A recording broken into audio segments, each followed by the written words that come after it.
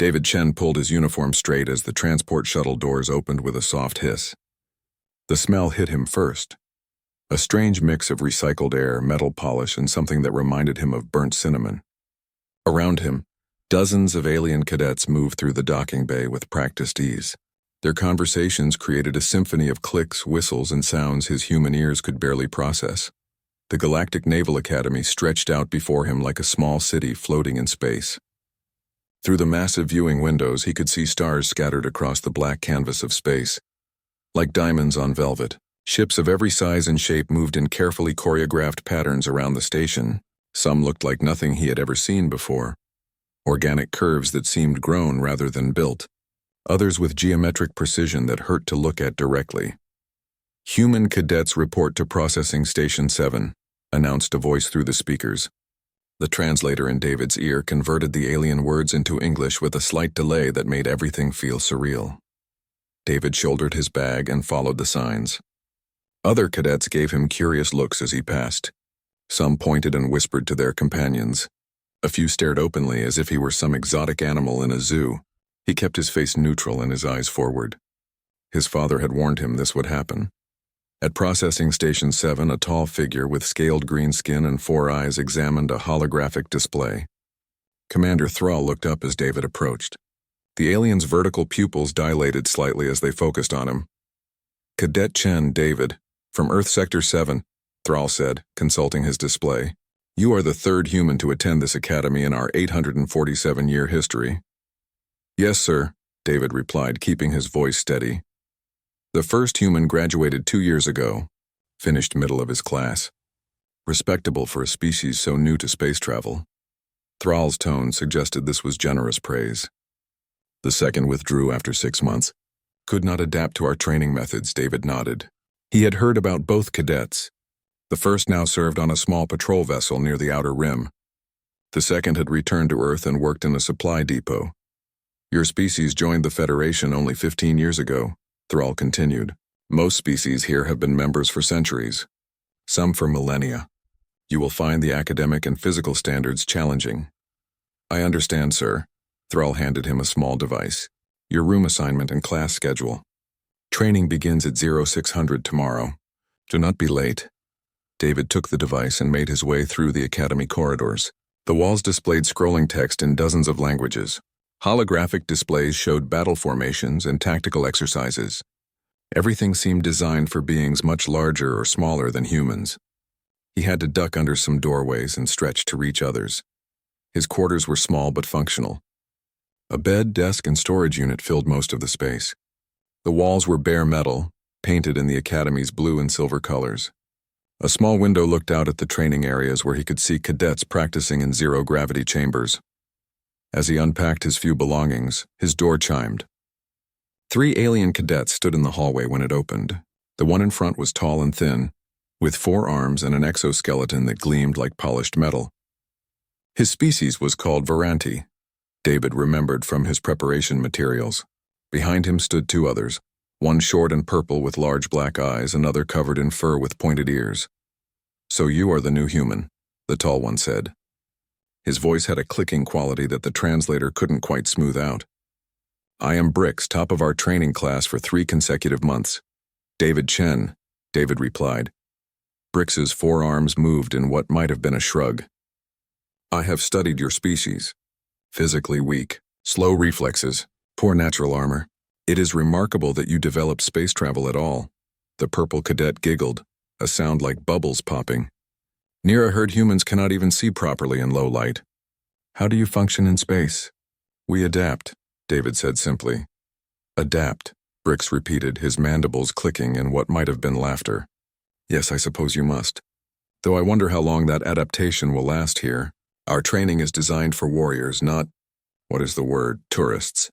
"We shall see," David said. "Indeed we shall." Brix leaned closer. His exoskeleton caught the hallway lights and reflected them in sharp angles. "Perhaps tomorrow you will learn why some species lead and others follow." The 3 aliens left, their conversation switching to languages David's translator couldn't handle. He closed his door and sat on his bed.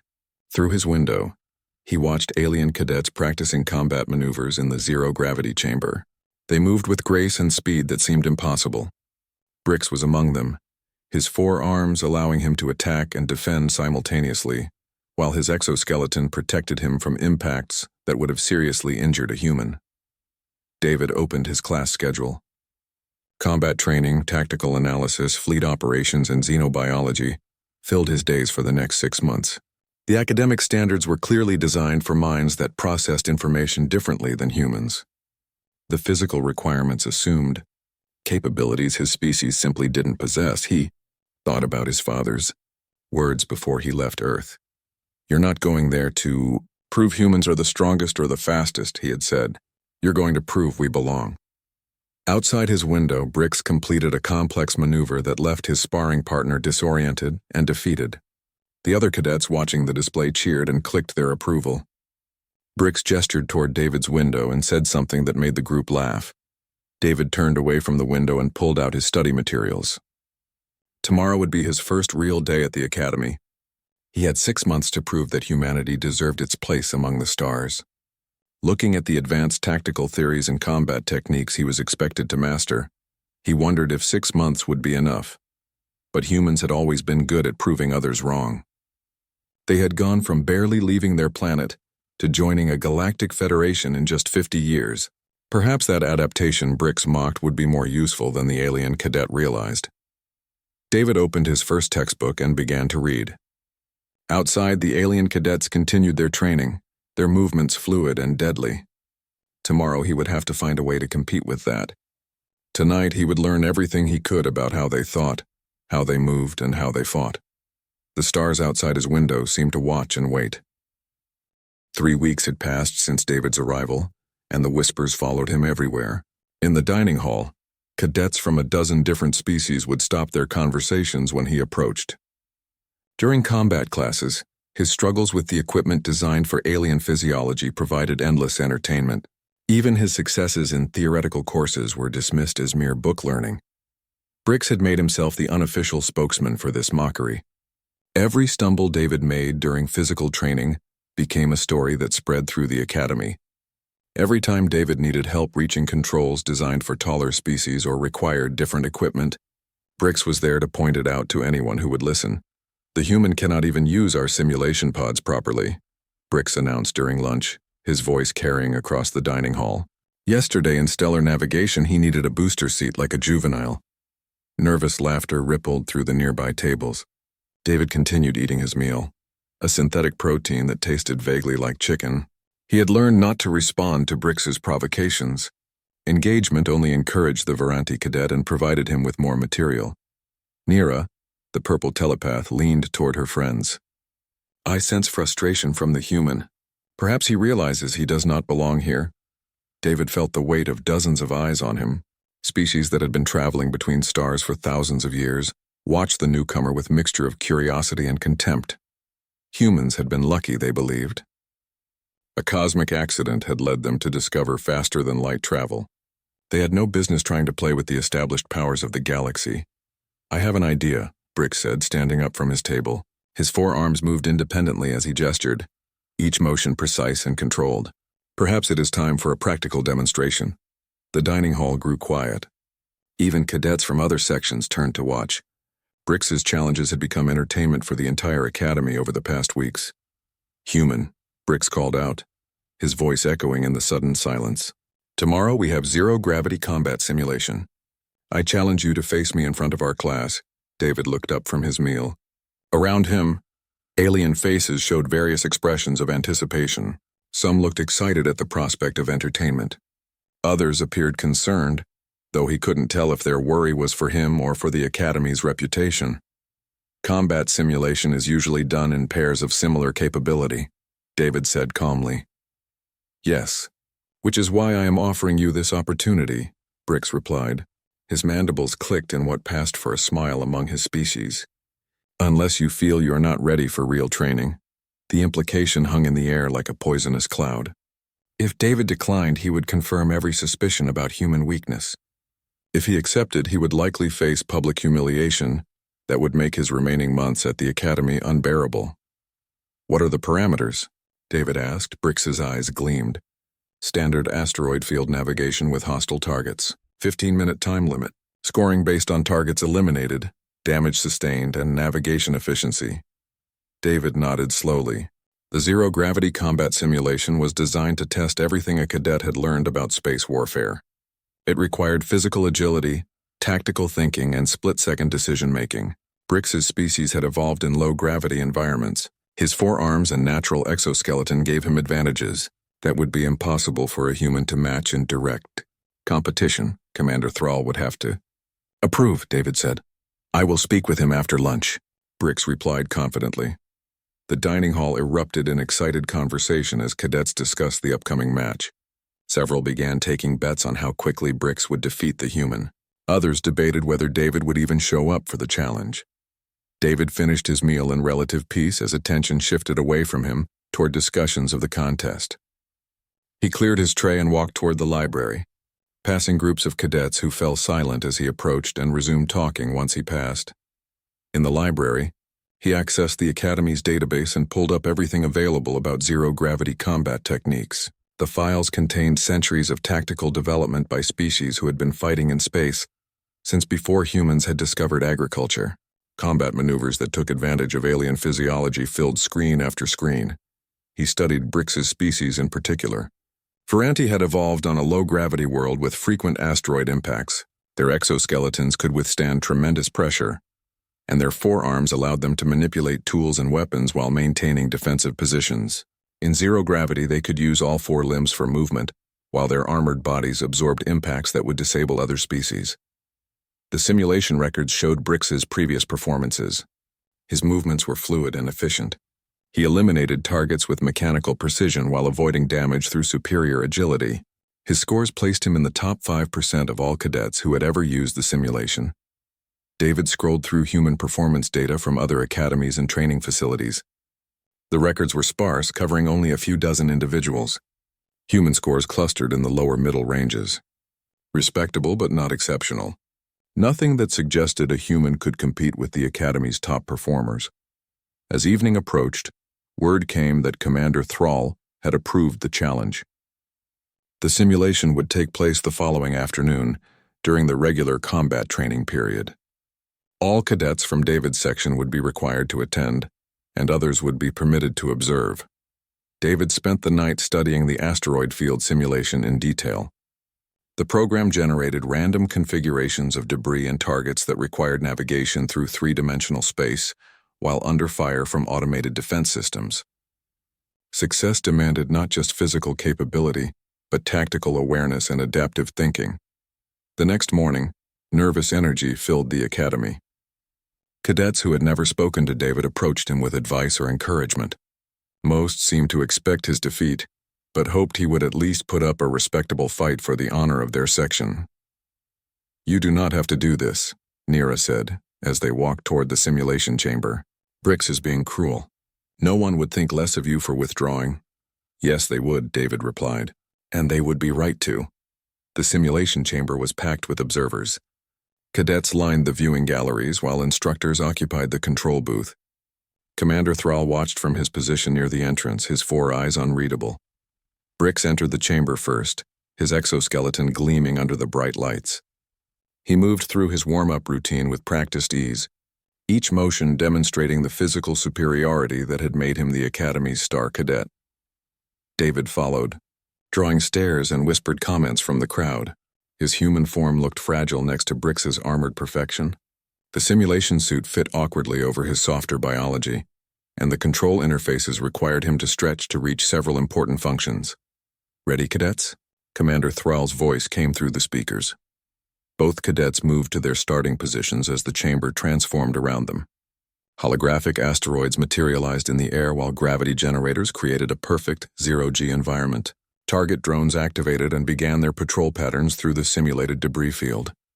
Simulation begins in 10 seconds, the computer announced. David checked his equipment one final time. Around him, the chamber filled with the excited whispers of spectators eager to watch the human learn his place in the galactic order. 5, 4, 3, 2, 1, begin. The moment the simulation began, Brix launched himself forward with devastating grace.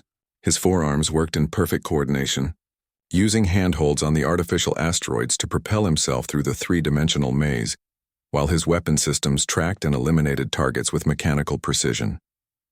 Within 30 seconds, he had destroyed 4 drone targets and navigated halfway through the debris field. The crowd in the viewing galleries cheered with each successful shot.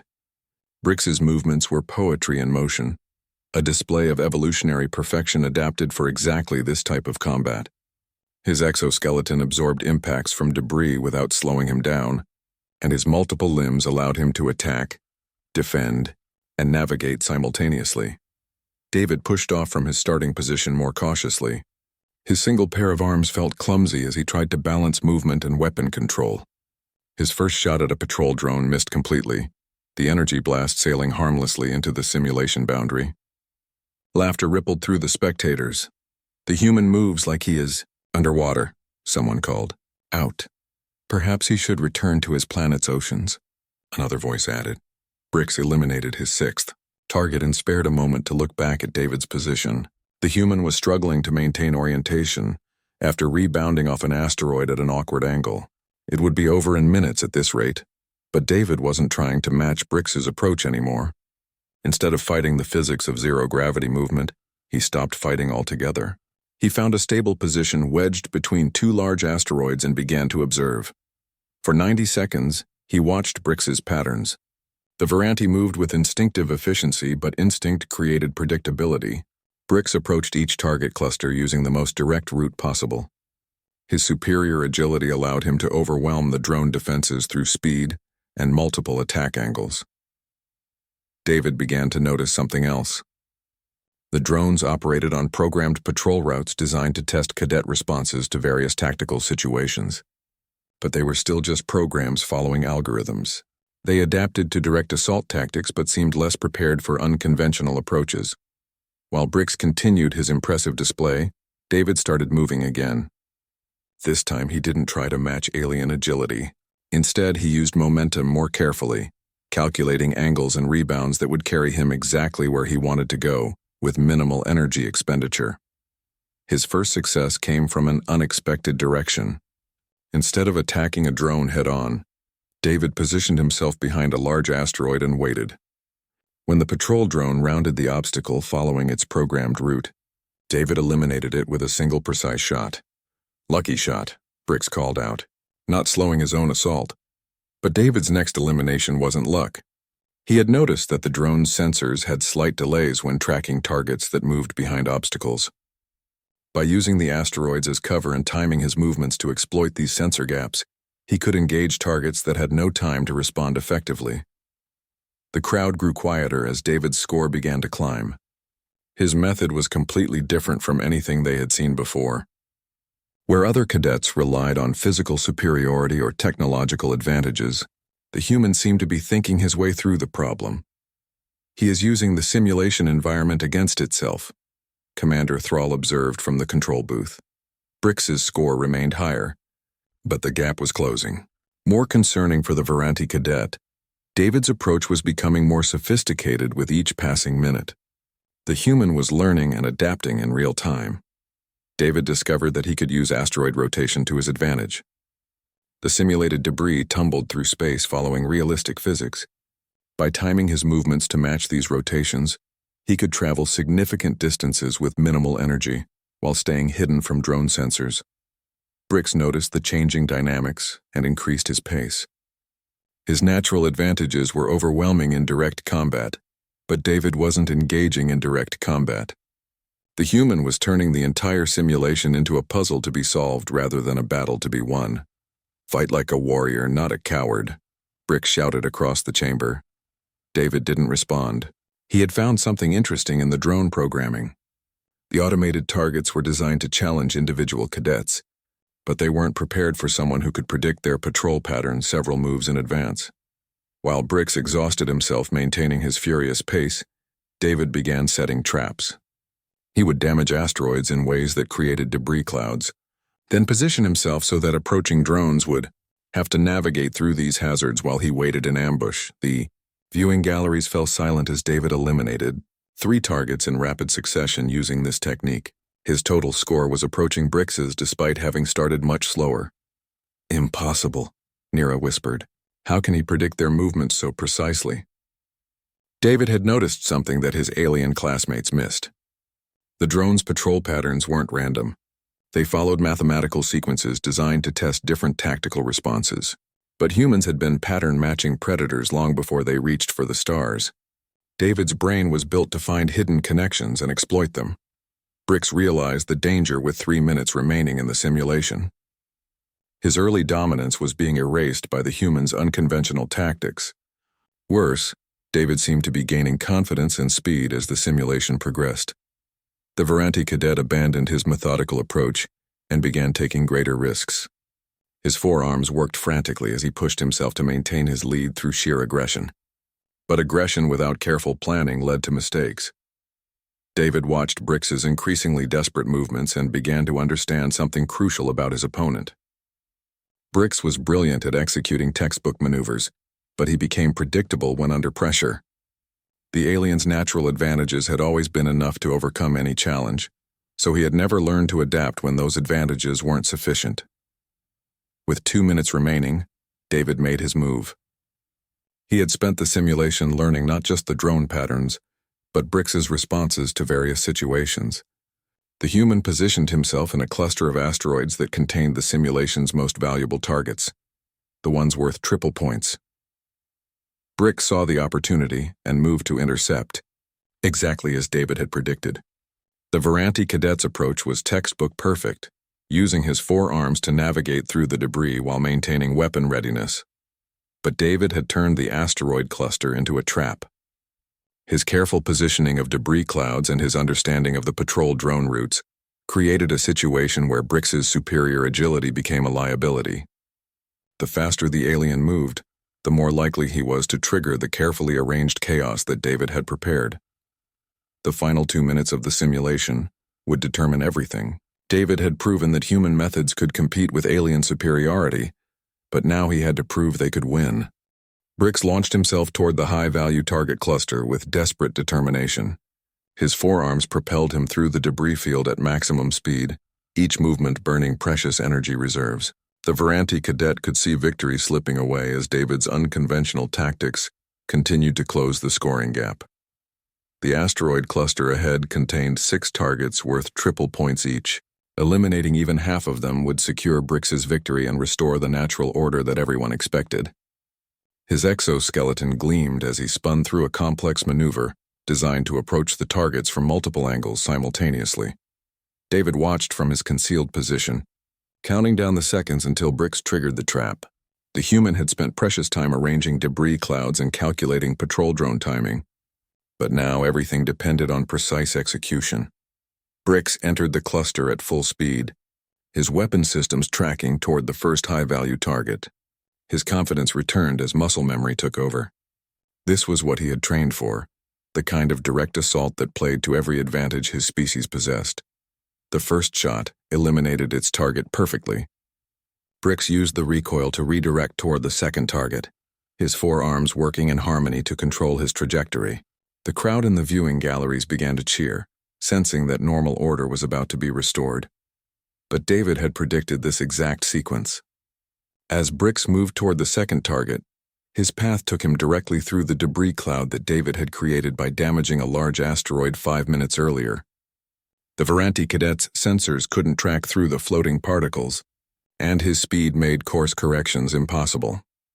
Brix emerged from the debris cloud slightly off course, exactly as David had calculated.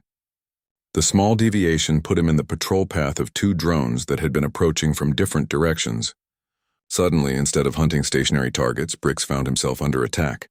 David struck at that moment. While Brix dealt with the unexpected drone assault, the human eliminated 2 of the high-value targets from his concealed position.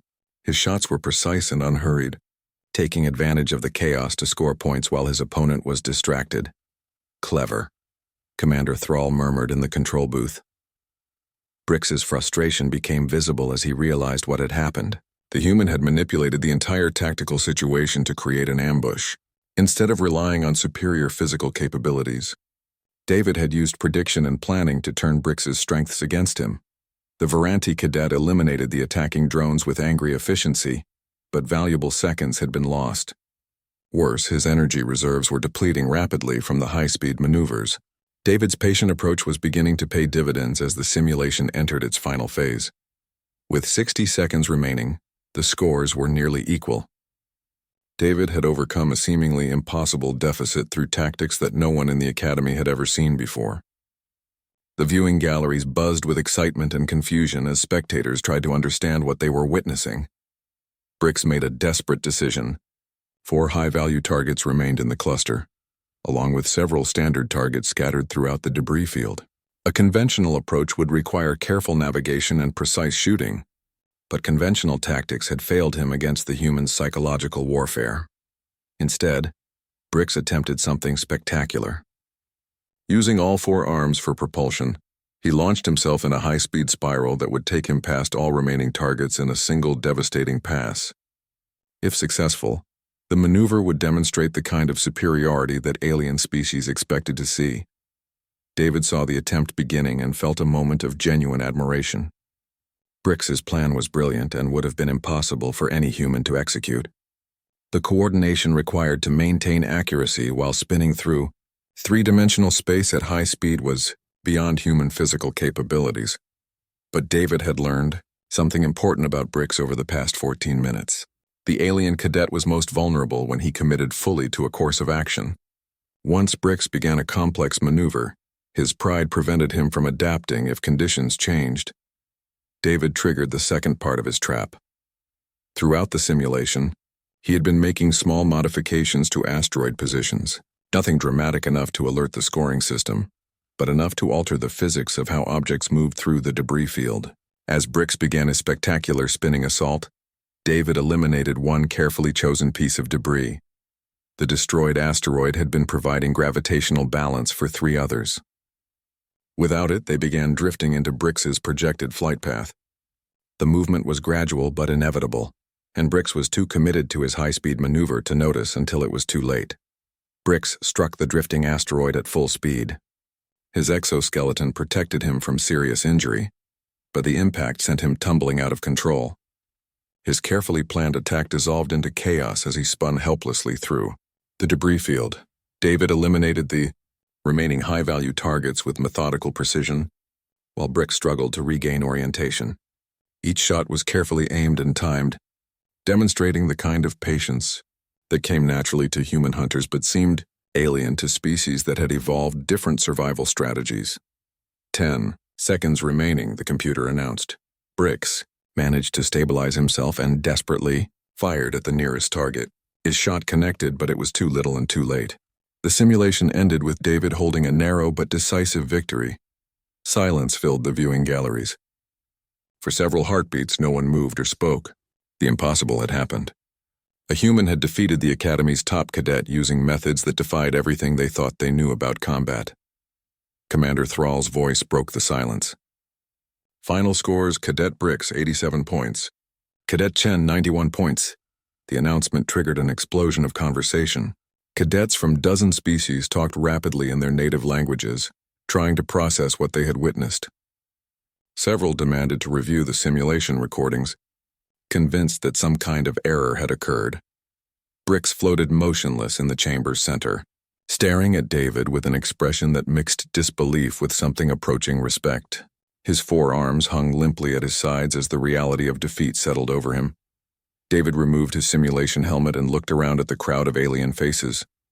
Many showed confusion, others curiosity, and a few displayed what might have been newfound respect. He had proven that humans belonged at the Academy, but more importantly, he had demonstrated that there were many different ways to be strong. How? Brix asked simply. David considered the question carefully.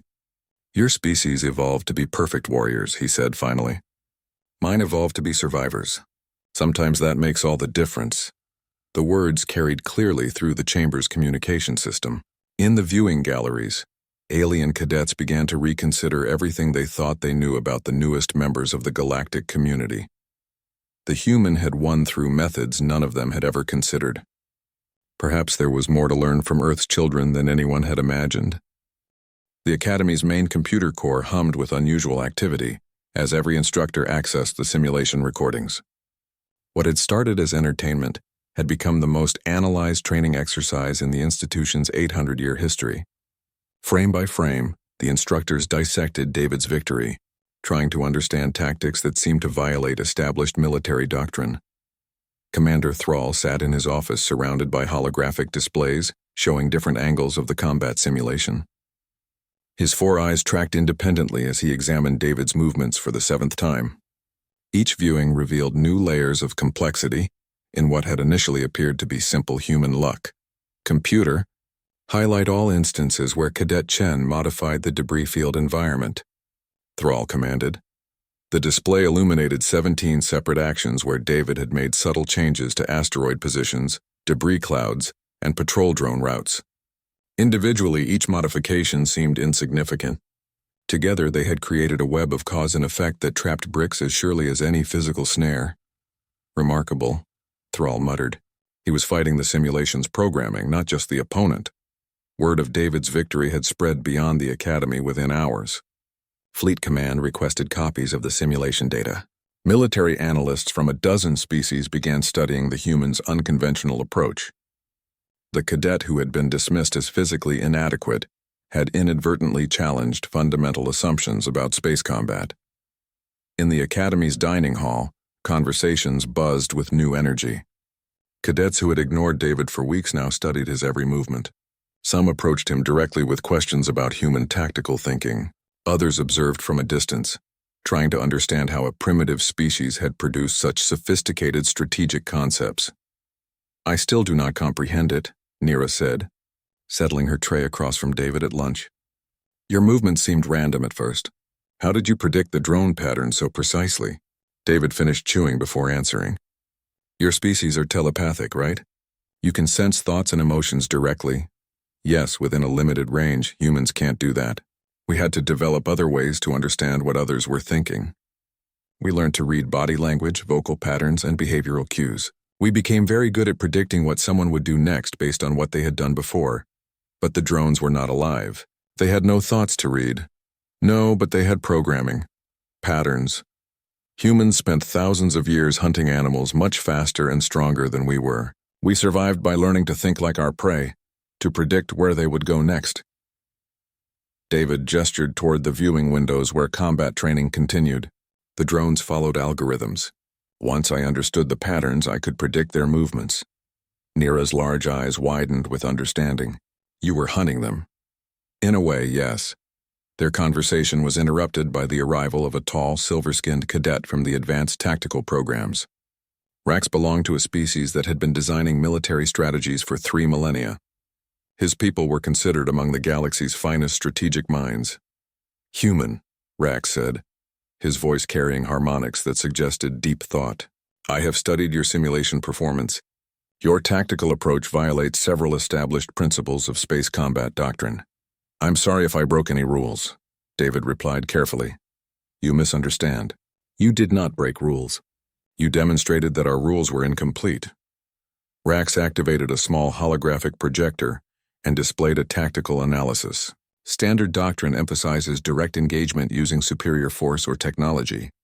Your approach suggests that environmental manipulation and predictive modeling can overcome physical disadvantages."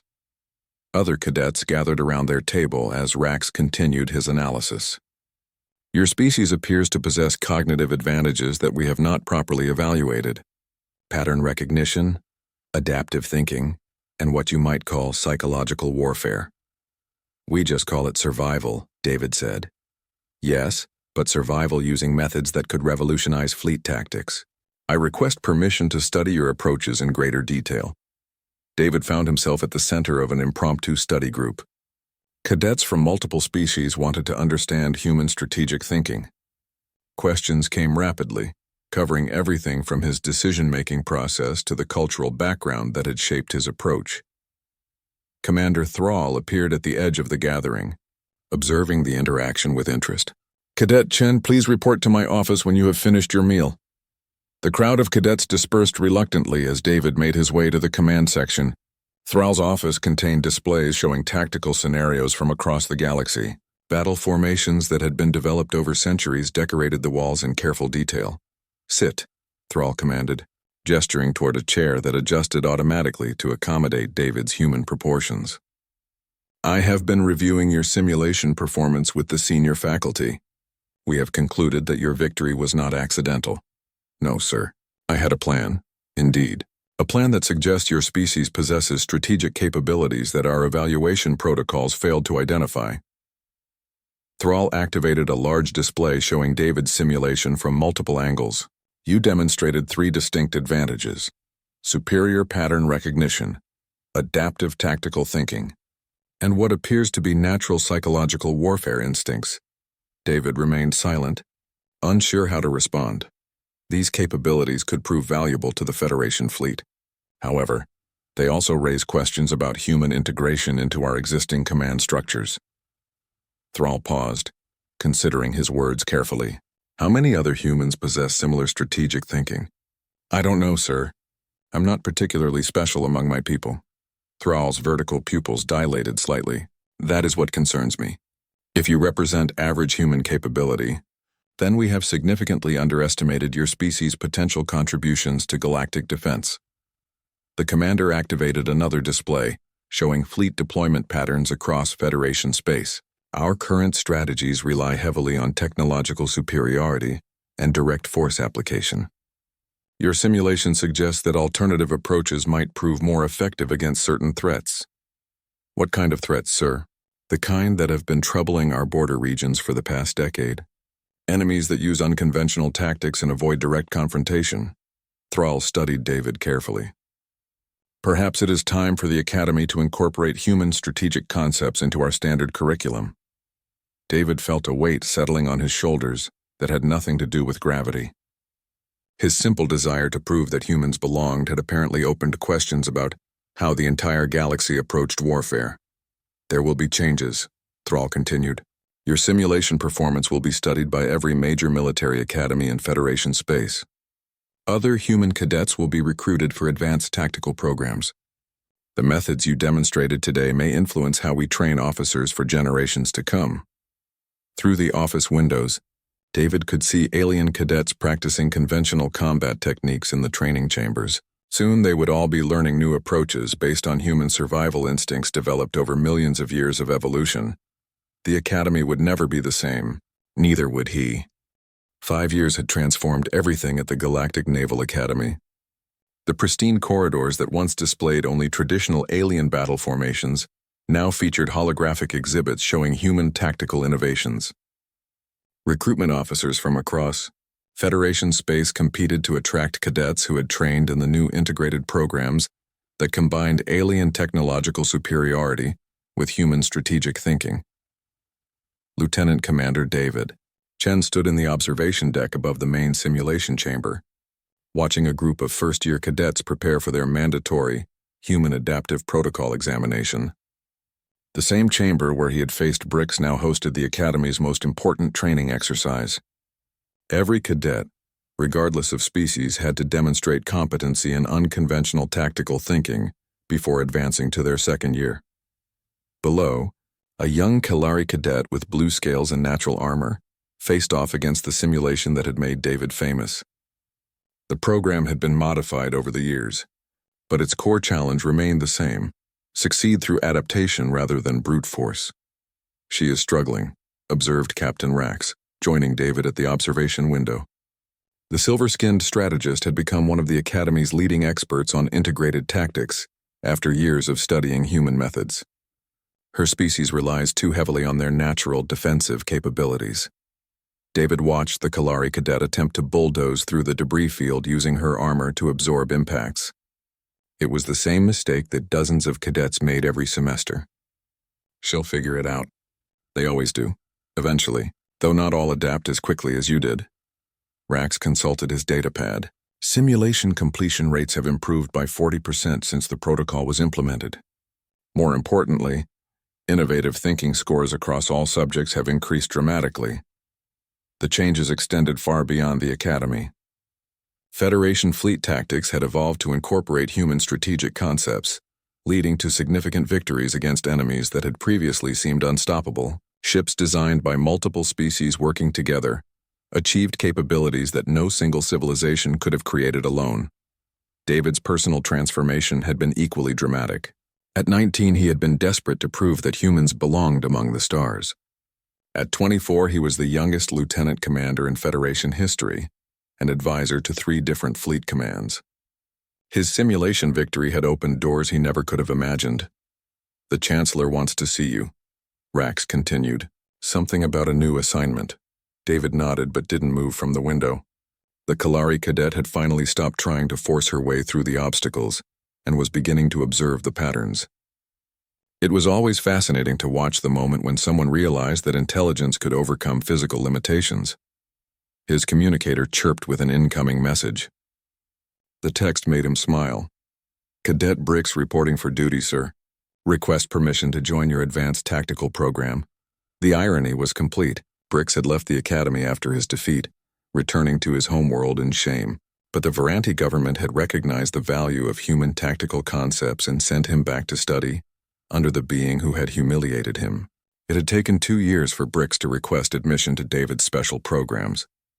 David walked through corridors that bore his name on dedication plaques and informational displays.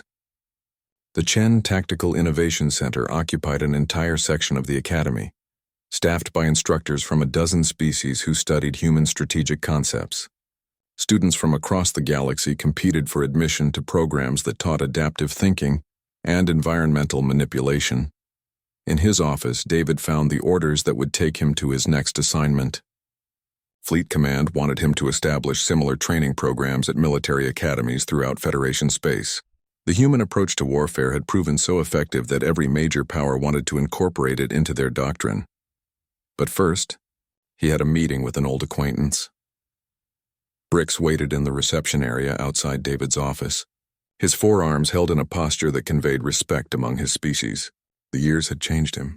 His exoskeleton showed signs of hard service, and his movements carried a humility that had been absent during their academy days.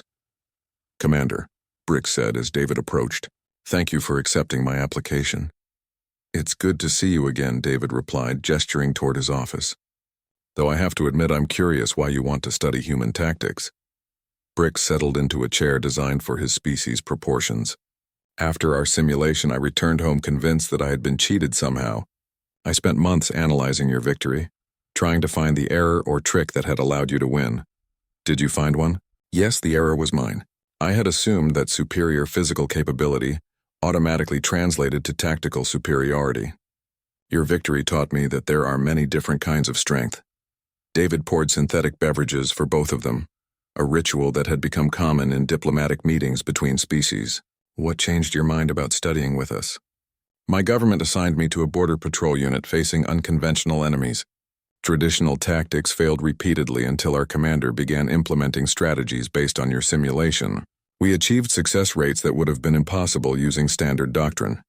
Brix paused, his mandibles clicking softly. "I realized that you had not just defeated me in that simulation. You had demonstrated an entirely new way of thinking about conflict. I want to learn those methods." "They're not methods," David said gently. "They're just different ways of looking at problems. Ways that humans developed because we had to. Perhaps. But those different perspectives have changed how the galaxy approaches warfare. Fleet casualties have decreased by 30% since human tactical concepts were integrated into standard doctrine. Enemy forces that once seemed invincible have been defeated by commanders who learned to think like humans." David reviewed Brix's application on his display. The Varanti's service record showed consistent improvement, as he had learned to incorporate human concepts into his natural abilities. Combined with his species' physical advantages, adaptive thinking had made him an exceptional officer. "Your application is approved," David said, "but I should warn you that the program is demanding. We don't just teach tactics. We try to change how students think about problems." "I understand. And Commander?" Brix hesitated before continuing. "I owe you an apology. What I did to you in those first weeks was cruel and unnecessary. You were protecting something you believed in," David replied. "A tradition and way of life that seemed threatened by change. I understand that." Through his office windows, David could see the Academy's training facilities where alien cadets practiced human-inspired techniques alongside traditional methods. The integration had not been seamless, but it had been successful beyond anyone's expectations. The memorial wall in the main corridor now included a new inscription alongside the names of legendary commanders from throughout galactic history. Adaptation is strength. Innovation is survival. Never underestimate the power of a different perspective. Below the inscription, a small plaque told the story of a human cadet who had changed military doctrine across the galaxy, not through superior force, but through superior thinking. The legend had grown far beyond the reality of one nervous young man trying to prove he belonged. But sometimes legends were more important than facts. David's victory had opened minds that had been closed for centuries. It had proven that newcomers could contribute just as much as established powers. Most importantly, it had demonstrated that diversity of thought was as valuable as diversity of biology. The Academy's new motto, carved in 37 languages above the main entrance, captured the lesson that David had inadvertently taught. Different paths lead to the same stars. 5 years after a desperate cadet had accepted an impossible challenge, his victory continued to echo through the galaxy. Every young officer who learned to think differently, every fleet that achieved victory through adaptation, every species that found new respect for their neighbors carried forward the legacy of that pivotal moment. David Chen had wanted to prove that humans belonged among the stars. Instead, he had proven that everyone belonged, regardless of how different their methods might seem. The lesson would outlast them all.